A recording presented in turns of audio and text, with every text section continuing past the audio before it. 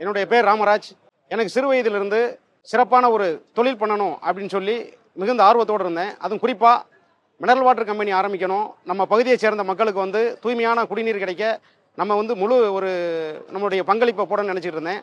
இது சம்பந்தமாக ஒரு தொழில் பண்ணுவதற்கு நம்முடைய தென்காசி மாவட்ட தொழில் மையத்தை அணுகி கேட்டபோது அவங்க ஆதி திராவிடர் மக்களுக்கும் பழங்குடியின மக்களுக்கும் அண்ணல் அம்பேத்கர் தொழில் முன்னோடிகள் திட்டத்தில் 35% மானியத்தில் லோன் கிடைக்கும், நீங்கள் அதுக்காக விண்ணப்பம் செய்யுங்கன்னு சொன்னாங்க. அந்த திட்டத்தில் நான் விண்ணப்பம் செய்தேன்.